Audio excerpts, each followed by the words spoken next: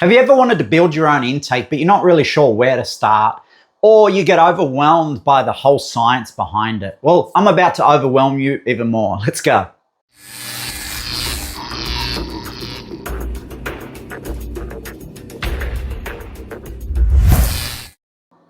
All right, guys, before we start, just want to thank the sponsors, Einstein Motors, again, for bringing another series, and thank everyone for all the comments and engagement last week. We had some absolutely brilliant comments, and then we had some stupid comments, but you're always going to get that. Again, try not to get stuck in the weeds, because I had a few people saying, oh, that's not a true third harmonic, this, that. Again, it's not a standing wave. We're talking about pressure waves. Again, not everything is technically named correct in the automotive game. When people talk about dyno results, foot-pounds, it's actually pound-feet. So again, try not to get stuck in the weeds. Focus on the equations, because a lot of them are pretty close.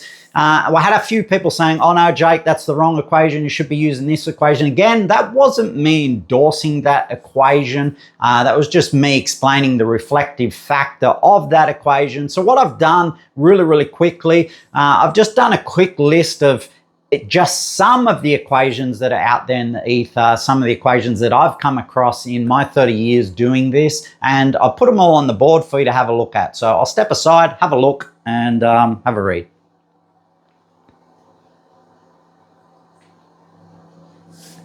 Okay, so I'll break some of these down. Some people will know these. Again, I'm missing a handful of them, but let's break it down. The superflow, this one goes back 30 years maybe. Second harmonic, third, fourth, really simple equation. 132,000 times your RPM. Punch that in and that'll give you a rough intake length. Personally, I think that's too long, even though Superflow recommends the second harmonic in this equation event. I'm not a huge fan. Quarter wave tuning equation. This is very similar to what I call a third harmonic in the last video, which is similar to this equation. Again, call it what you like. I really don't care. Basic tune length equation here. Again, very simple. Intake pipe diameter. So this is the top of the plenum or the entry. Again, if you're on a true third harmonic length, you're going to be around about 180 feet per second. Any lower than that, you're giving horsepower away. This is why I'm trying to explain how important a radius is to airspeed, and I'll get into that a little bit more. I'll also gonna draw you up a cheat sheet that will pretty much cut out 90% of this noise, and it just shows you where your intake length should be relative to your RPM, and it really doesn't matter what engine it is. It is pretty universal, and it's pretty close. Again, plus or minus. The general rule is you're always better to be a little bit longer than a little bit shorter, because if you're shorter, you actually miss the wave event. So if it's past red line, it's no good to us. So hopefully that makes sense. So then we have a primary resonance equation. This is for a plenum-based one, so this is Helmholtz-based. Again, a bell mouth trumpet one, a trumpet length for inertia equation, another intake length equation here, and then Dave Vizard, Darren Morgan, they also have their own versions of these. They all get us pretty close. So if you're talking a small block at 8,000 RPM, you're gonna be 13, 14, 15 inches, somewhere there, pretty close. But I'll clean the board off and we'll get into the next part. Cheers.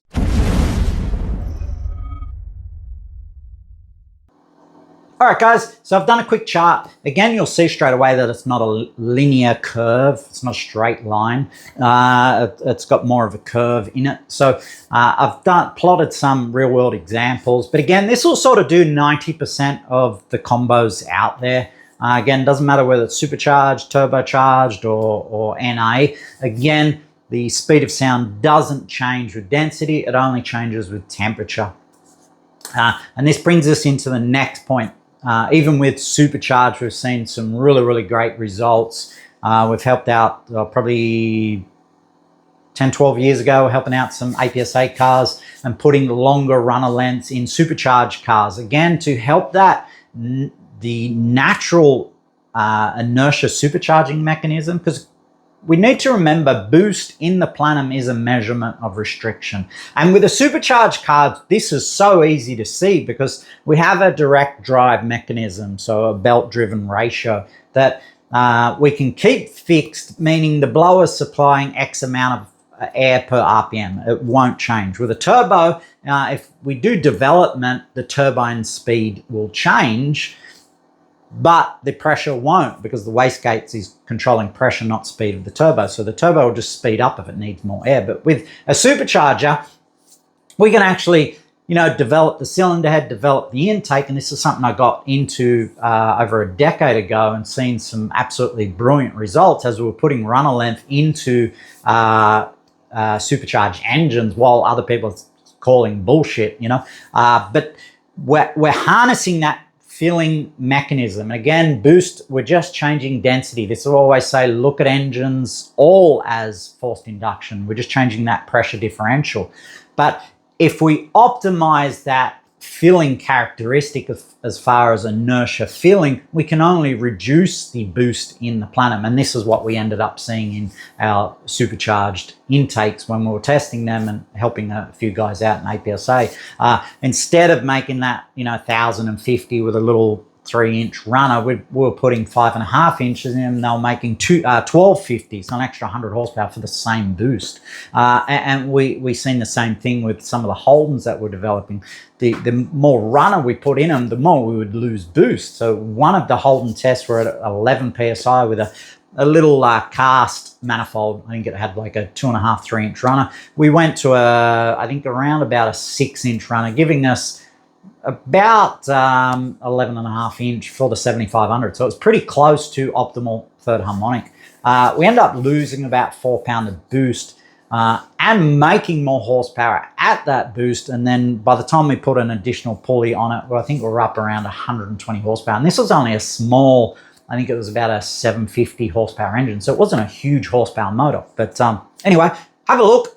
This is a really good breakdown, and it'll get you pretty close on runner lengths for 90% of your setups.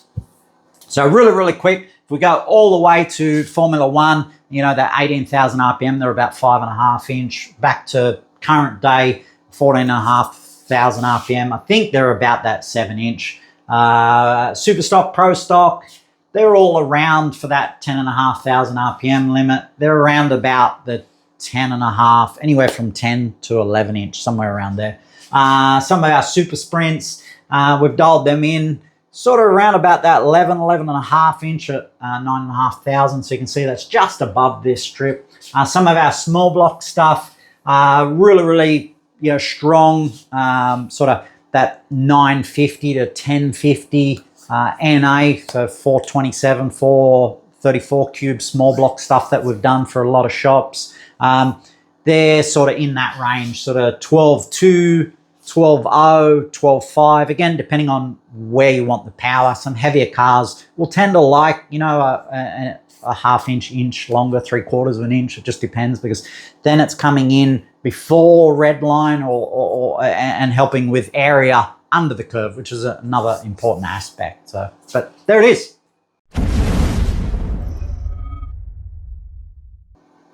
All right, so now you've got a basic understanding of how long that runner needs to be. Now we're going to get into the key factors of cross-sectional area. One of the most important parts of an induction system is getting the size right for the cubic capacity and RPM you're actually using it for. This is where I see so many people go wrong, especially in the 4-valve industry, because we have a one-size-fits-all CNC'd head, which is absolutely boggles my mind, because if you look at the 2-valve game, you can pretty much get a cylinder head for a small block Chevy from 165 or 185 cc's up to 240, 250 and so on. So you can actually match that cylinder head for your cubic capacity and RPM you're doing. But in the 4-valve game, that seems to be completely missed. And this is why we've had such really, really good success with our hand-ported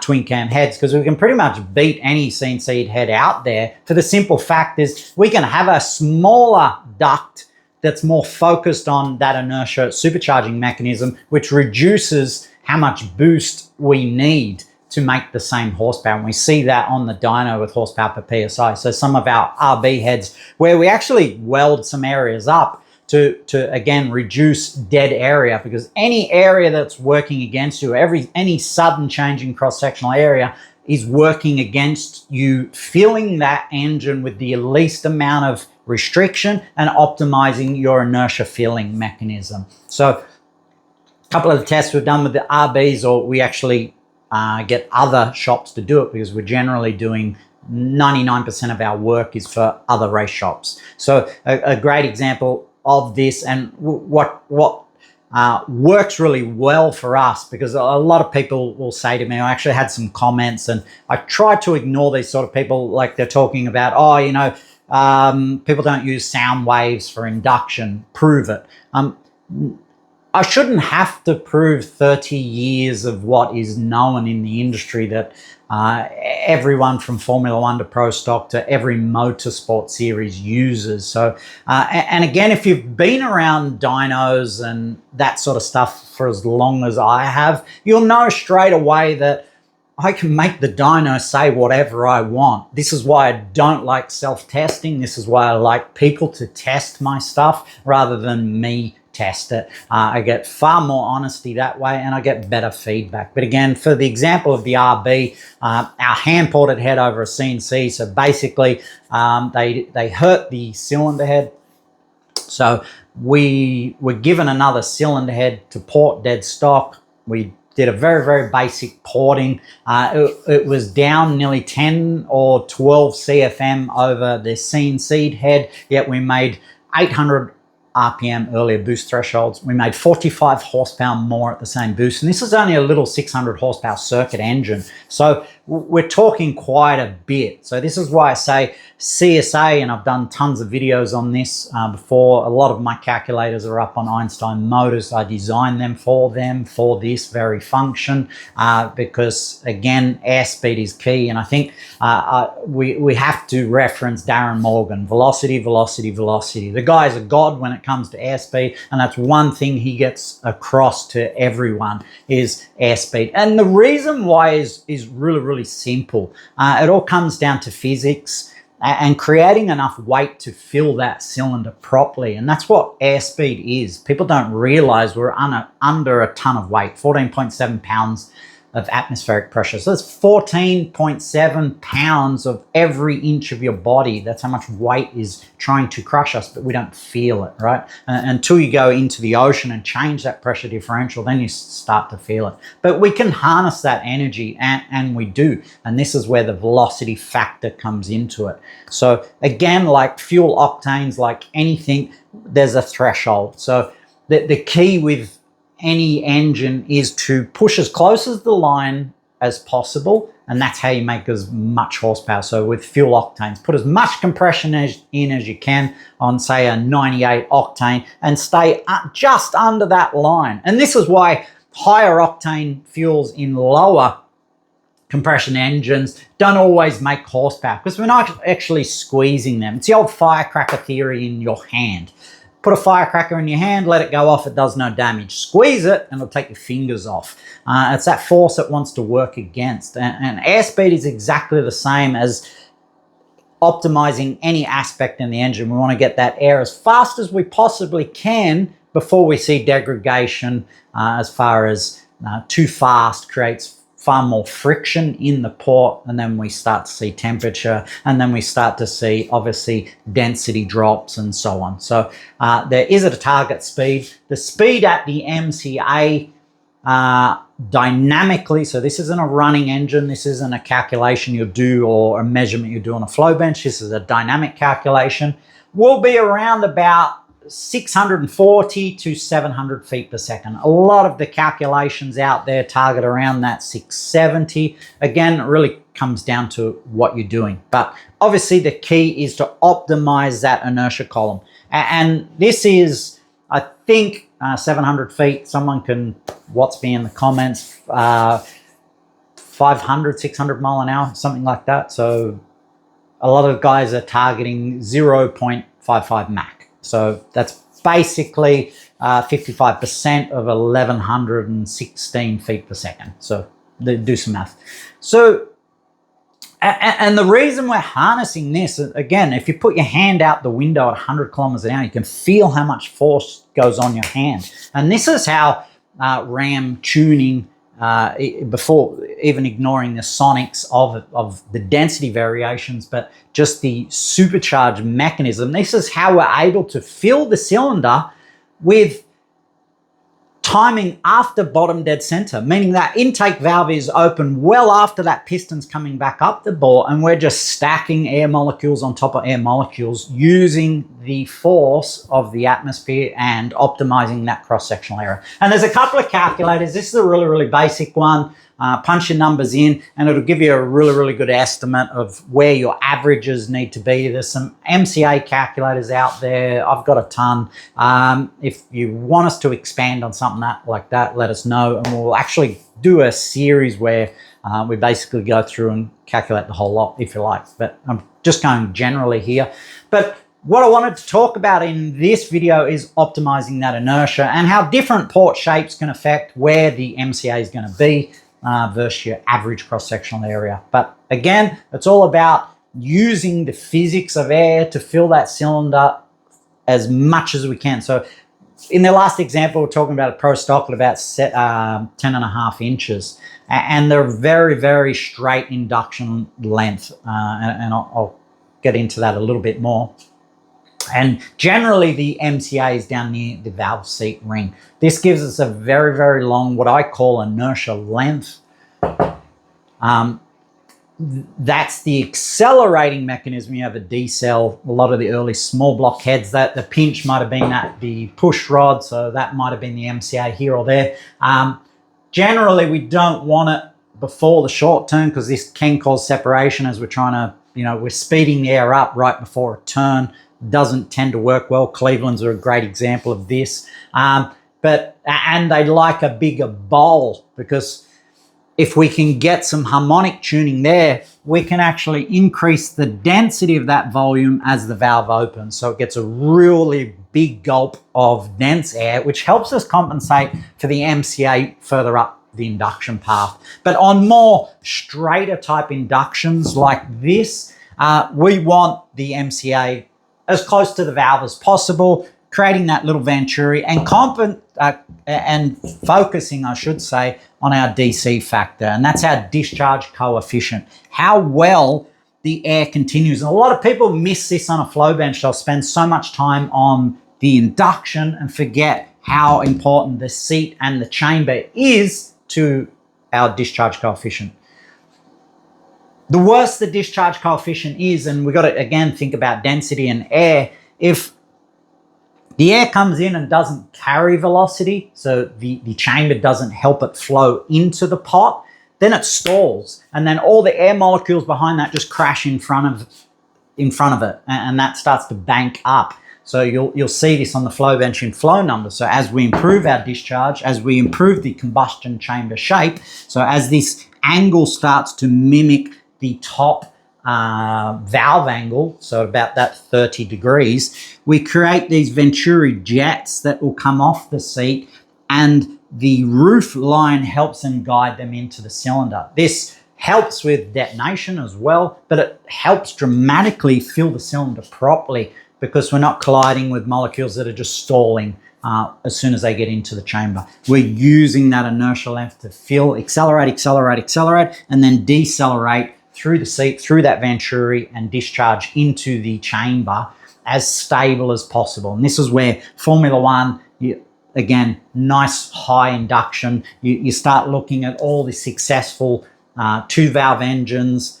They've got a really, really high SSR. They've got a really, really high port window, because the less we need to turn it, the faster the air can carry that inertia, the less energy we lose. And that's what it's all about, energy retention, retaining it. And that's where I talked about the radius as well, and how important the radius was to not have it too big, and not to make sure it's the right size. And you really see this in carbureted stuff. Engines, we've had tunnel rams we've had sent to us that are just horrible on the dyno and even horrible at the track with these massive radiuses. And I sort of like to finish my radiuses at about 70 degrees because there's a point of importance around a radial profile. So the most important is the bottom of the radius and the least important is the outside of the radius. And I find if I finish them sort of at that 70 degrees, so I don't finish the radius totally into the floor. I'll have the radius come up. So I actually have a hard line around there because, again, we need to remember the radius is only there to prevent the vena contractor, that waterfall effect. The airspeed coming in, you don't want it to separate off this wall. We want it to stay connected, not separate. Otherwise, separation causes more drag, right? So in this area, I've found that I don't need to extend the radius anymore because I'm already 180 feet per second at my throat of my induction, say, on a true third harmonic. By the time I get out to this point, I'm 100, maybe, let's say 100 feet per second. We've increased the area again by about 50, 60% by the time we get to the outside of belt. So it's just not needed, and I can focus on my harmonic elements and get a better signal back. So again, this is why I've talked about how important radiuses are. And back to with carburetors, you'll see this. You put a big radius on them and you get a horrible signal at the carburetor. You put a small radius on, you get a better signal at the carby. And this is something not only that we've seen, but other people have seen. And then there's plenum volume, which we'll get into. But the discharge factor is one of the biggest factors of getting a good flowing cylinder head. The early type stuff that had very poor flat chambers, the valve was in basically a flat chamber, what would happen is it would stall and then create these little eddies. That throws fuel up into the corners. This fuel creates detonation and pre-ignition, all sorts of problems. As soon as we start to lose airspeed, fuel falls out of the air. So under about 100 feet per second, fuel will start to fall out, or it might even be a little bit lower than that. There's a ton of opinions on it. But yeah, you want to try and keep that airspeed as active as possible and right through the induction path. But again, rough calculator and early stuff like a 23 degree small block Chevys where we might have the tightest part of the port back in the window. So our inertial length is much shorter. It's only, say, 6 inches long. It's not the full port. This is why I like the newer style of port. I like my MCA closer to the valve.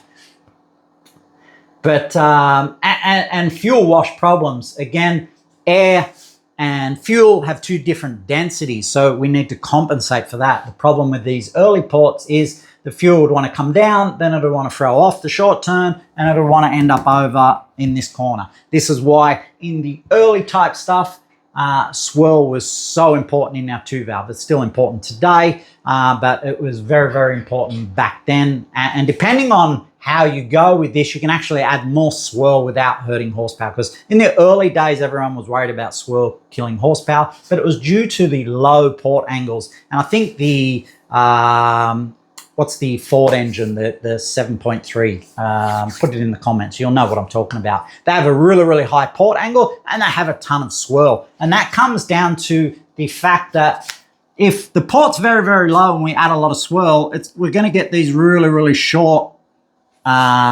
corkscrews. It's not gonna spread across the chamber properly. But as we increase the port height, that same swirl will be down here. So we can add more swirl to the port and optimize that mixing event. So you'll see there's a factor between port height and how much swirl we can get away with. And Godzilla, I think that's the one, the 7.3 litre. Ben at EFI University has done a ton of testing. If you don't watch him, get on him. He's an absolute genius with internal combustion engines. Really like the guy. Shout out to Ben. But yeah, swirl was the factor to try and help this fuel that's going to end up biased on this side of the seat. And this is why a lot of the twin cams and stuff, you can have an injector there, or Formula One had it up here. Again, the further we go out, the better density recovery we get, and so on and so on. But you can see that the fuel will follow a much gentler path for the air and fuel together, which means we have less restriction over that. And the next factor is changes in cross-sectional area really, really quickly. And this is where average cross-sectional area can be misleading, because you can have two ports with the same average, but they flow very, very different, and they'll make totally different horsepowers on the dyno. That's because it depends where the MCA is to the growth rate. So we could have an MCA here, or we can have an MCA there. And if that's, say, 2.2, and we're 3, or we'll go 2.8 at the seat, and we're 3.1 here, as we move that along, it changes how this runner, the angle of growth rate changes, and vice versa. It has to grow dramatically in this area, which can kill airspeed, cause fuel to fall out, and so on and so on. Where something like this that is gentle in its growth rates, we can accelerate the air much easier without causing that separation, because that's another factor that falls up into Newton's law of motion, something that still is much harder to move, and so on and so on. You know what it is. So if we accelerate air slowly, we can keep the molecules closer together. We don't get that pulling and that, like a spring, that separation. And you'll see this, you put leaves on a trampoline, get someone to jump on it, the trampoline will go away, all the leaves will stay there, then they'll start to fall. It's the old cartoon where they run off the cliff and they stay there for a second and then fall. So what actually happens if we reduce the cross-sectional area too quickly, the molecules closer to the tight MCA will start to accelerate away from these molecules, and then they've got to try and play catch up. Where if we're more gentle with that gradient, we can get more mass into the cylinder and make more horsepower. All right, so that pretty much covers the runner. Now we'll get into the plenum and some aspects in there. Let's do it. Okay, so this leads us into the plenum, and the first thing we're going to cover before we get into shapes is plenum volume, because this is a question I get on the weekly. If I had $1 for every time I got asked this question, I'd be a millionaire 3 times over. But on a serious note, there is no perfect plenum volume percentage. And I'll explain why. There's some calculators out there, and I find a lot of this is misleading, because it really comes down to how we classify the plenum and how much line of sight differential we have, how much throttle bias we have, and so on. And I'll explain that really quickly. So again, we've built and tested both of these types of plenums hundreds of times. So your normal forward-facing plenum, these will always want more volume than, say, a tunnel ram. So what I've done here for comparison is both at 7,500 RPM, because again, generally the more RPM, not generally, I guess anyway, the more RPM we add, the more plenum volume we generally need. But for this example, I'm just going to use, say, 7,500 now. General street engine, or general, tough streeter. Something like this, either NA or even boosted, we really want to start at about 120%. And to clarify, your runners aren't part of your plenum volume. So we have a couple of elements we have to separate. So this section here is classed as our high speed, and the plenum itself is low speed, and the throttle body may be high speed or medium speed. So it's going through the throttle body, slowing down, and then speeding up again. We want to target that plenum to be a certain airspeed, depending on how much bias it needs to compensate for. So in a biased plenum with a throttle body at the front, we need the airspeed slower than in, say, a tunnel ram. So the tunnel ram we can have, especially with carburetor, because this is another aspect, is signal. Like I was talking about, the radiuses, not only do the radiuses affect signal, but the plenum volume does as well. It's the old rock in the pond. The waves that come off the rock when I drop it in are stronger at the nucleus, than as we get out further and further, they dissipate. So the signal gets weaker and weaker. So if we want good signal, With carbureted, especially, the plenum volume is super important. With EFI, not so much, but we're looking for good distribution. So with a carburetor, that 60% mark for generally your street stuff seems to be a good sweet spot. And what I tend to work it out on is degrees of rotation to plenum exchange rates. So to make this simple, at 100%, we've got 720 degrees of duration, meaning we need 2 full revolutions before, in this one, let's just say it's 100, we need 2 full revolutions of that engine to exchange that volume. So with this one, we're over just past 360 degrees. So we've got a faster signal as well in that plenum. Again, we go up to pro stock and stuff like that, 10,500, 11,000 RPM. We're going to be over 100% because the wave speed is just tremendous. We need to slow it down in the plenum, so we add a little bit more volume. And vice versa in something like this. If we're going higher, 8.5, 9.5, we might be 150 to 200%. And the reason why we need more volume in biased throttle body positions is we need to slow it down, and we also need some taper to compensate in the plenum. So the easiest way, as I've explained it to many people, is if we just draw a line through this section, there's a couple of things we have to control for. First is the decel factor. So this is why this angle, or what I call the expansion zone, which is if we cut the manifold or cut the front off, this section here should be about 150% bigger than your throttle body over a little bit of distance, 2 to 3 inches. Obviously, the longer we have it over, the better we change that speed and we're not colliding molecules. This is why if you see manifolds where guys, they have a plenum like that and they just bolt a throttle body on there, it's going from, 150 feet per second to maybe 75. And it's transitioning over a line, so it's just stalls. Obviously, this creates a ton of eddies, top and bottom, and creates a lot of restriction in the manifold. Where in this section, if we decel it properly, we slowly expand that up. This is our expansion zone in the plenum before we even get to the runners itself. And then the taper is to compensate to try and balance the velocity and the airspeed. Because if we break the manifold up into its sections, let's say this is a V8 and we have 2 runners there, 2 runners there, front, back, As this air moves across the plenum, from this section, we need to supply 8-fold, 8 times the air.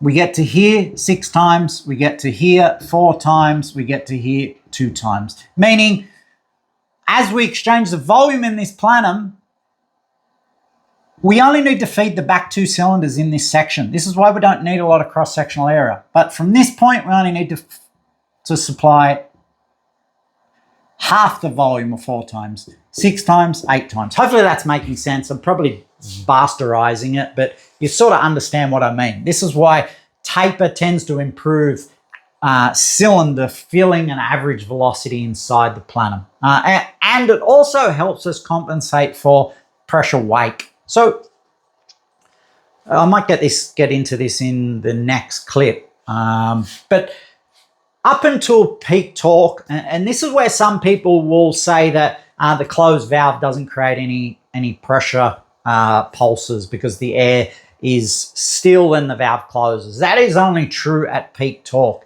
Each side of torque, so as we come up, coming up to torque on this side, we're actually throwing air back into the plenum. So we've got little explosions going off here pre-torque. And the air has to get to the back cylinders. And this is where bell mouths in restricted height plenums can help, and I'll explain that in the next part. So we might have 30% of that cylinder volume. This is where you hear a lumpy V8 at idle shaking and choppy. It's not efficient at all at that RPM because the camshaft is designed for 7.5, 8,000 RPM. So we get all this wasted air and fuel getting thrown back up, little explosions going off in the plenum itself, right? So the higher section of this allows air to get over the top and feed the back cylinders without getting, you know, hammered by this wake as we're driving through the torque period. So what's actually happening as we're coming up to torque, we're throwing air back out. And as we go past torque, we're banking air on the back of that valve, and the pressure gets higher and higher the further we get away from torque as we go up the RPM range. So yeah, that's it. I'll clean this up and we'll get into part whatever. Let's do it. All right, so let's talk about floor radiuses versus trumpets. Over the years, I've had lots of people claim that trumpets make more horsepower than floor radiuses, but I've never seen any data to back that up. So I'll explain why I think trumpets are used and why floor radiuses are used versus that. The only time I've seen a extended bell or trumpet work in a manifold is generally in restricted height stuff where they need a little bit more trumpet height because they're restricted to the roof height. I see anything under the bell as dead area, so it's not something I'd want to have, nor can I utilize it because it's below the bell. So I think floor to radius. This is what we see in the top NA Pro Stock and something like that. Formula One's a little bit different because it's IR, individual runner, but common plenum. Common plenum, we have secondary mechanisms that bounce off the roof and stuff like that. And this is why I believe, in everything I've tested and seen, common plenum will make more horsepower than IR, individual runner. And that's because we can harness these secondary pulse effects. And a lot of people say, oh, but Jake, super bikes, this, that. A lot of the bikes and stuff like that, they're more about torque on demand. And this is what we need to look at when we look at the difference between what's done in circuit racing versus what's done in drag racing. Drag racing is a narrow window, maybe 1500 RPM, 2000 tops. Where circuit racing, we can have windows, minimal windows really at 3,500. That's sort of where I target even for just general circuit cars. And you look at Formula One, it'd be even wider. That's why they used multiple steps. So they increase their step diameters on the exhaust to help create more pressure waves throughout a wider RPM range, where in drag racing, we'll just use a single stepped header to send that sonic wave back at the valve. So that leads me into explaining why most OEM obviously use trumpets and very, very parallel plenums. And we'll get into that now. So if we look at a real general flat square plenum, has no taper or anything at all, this is where protruded trumpets will shine. And there's two reasons why they'll shine is, remember in the last episode or section we're just talking about, how I was talking about pre-torque wake going up into the plenum. Well, the benefit of having trumpets is air can cycle under and around the bells, and it can climb up and into it. So all the air doesn't need to go over the top. It can go around and under the trumpets. And we see this with the new Corvette 5.5 litre internal bell. They reduce the plenum. And then also we have actuators, because again, when I was talking about plenum volume not being a great rule, you'll see this in supercars and hypercars that run dual plenum on what we call even fire engines. We even see it on some other engines that use twin plenums, but they'll have throttle bodies inside the plenum that they can open up and close. And if you actually have a look at the data, they're not open. They don't just open to a big plenum at higher RPMs. They can be closed up to say 3,000, then they'll open from 3.5 to 5, and then they'll close 1, or maybe they'll close all for the remainder to try and boost the wave signal, because it's all about the timing of those sonic waves inside the plenum. So again, this is why I don't really like plenum rules, but if you're building like a 6-cylinder or a tunnel ram, where we don't have the benefit of plenum variations, so electronically, then we're going to target the rough rules. As we increase, a good start for all these 6-cylinder biased manifolds. And again, line of sight, we're going to point the throttle body roughly in the middle of the cylinder. So the separation effect is pretty close. These are going to start at about 150%, and you can get slightly bigger. You'll find something that's doing 10,000 RPM, like a 2J, might want to be up around 200%, and you know they'll go to billet or whatever. But the Plasma Man one, we've done a hell of a lot of testing with. It flows very well, and separation across the board is also very good. But with the OEM stuff, there's quite a few tricks they do. Despite even flat valves in between the plenum where they change plenum volume. Ferrari's done a lot of testing of this. The new Corvette's done it as well now with their flat plane engine. And again, I've talked about this before. Twin plenums or separate plenums really only belong on even fire engines, not odd fire V8s. Odd fire V8s will always benefit from common plenum, and I should have expanded on that before when I was talking about why I think and why our tests have shown. So we've taken LSs that were IR individually runned, we've put tunnel rams on them, and we see dramatically huge horsepower figures. Like we've taken 760, 780 ITB engines to plus 900 horsepower with a tunnel ram and a common plenum, because now we can start to support other cylinders. So that first pressure wave that shoots out in the plenum can help fill another valve that's open and so on.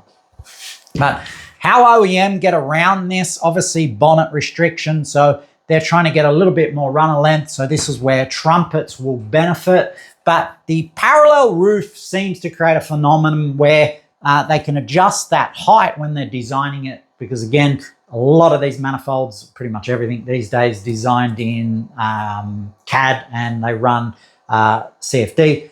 The CFD will model that, and again, they can calculate all these waves dynamically properly. And you'll see the parallel roof phenomenon in supercars, Ferraris, everything like that. They used to have this style. If you look at the early Le Mans, they were all like this. Then as they evolved, they went to a parallel roof, because now they can use that secondary pulse bouncing back into the runner and harness that energy. So what they tend to do is they do both. So with the plenum taper that they want to introduce, they can add that taper to the side. So they tend to offset the throttle body, taper it in, but keep the roof parallel, and they'll set that roof height at whatever harmonic they want to use.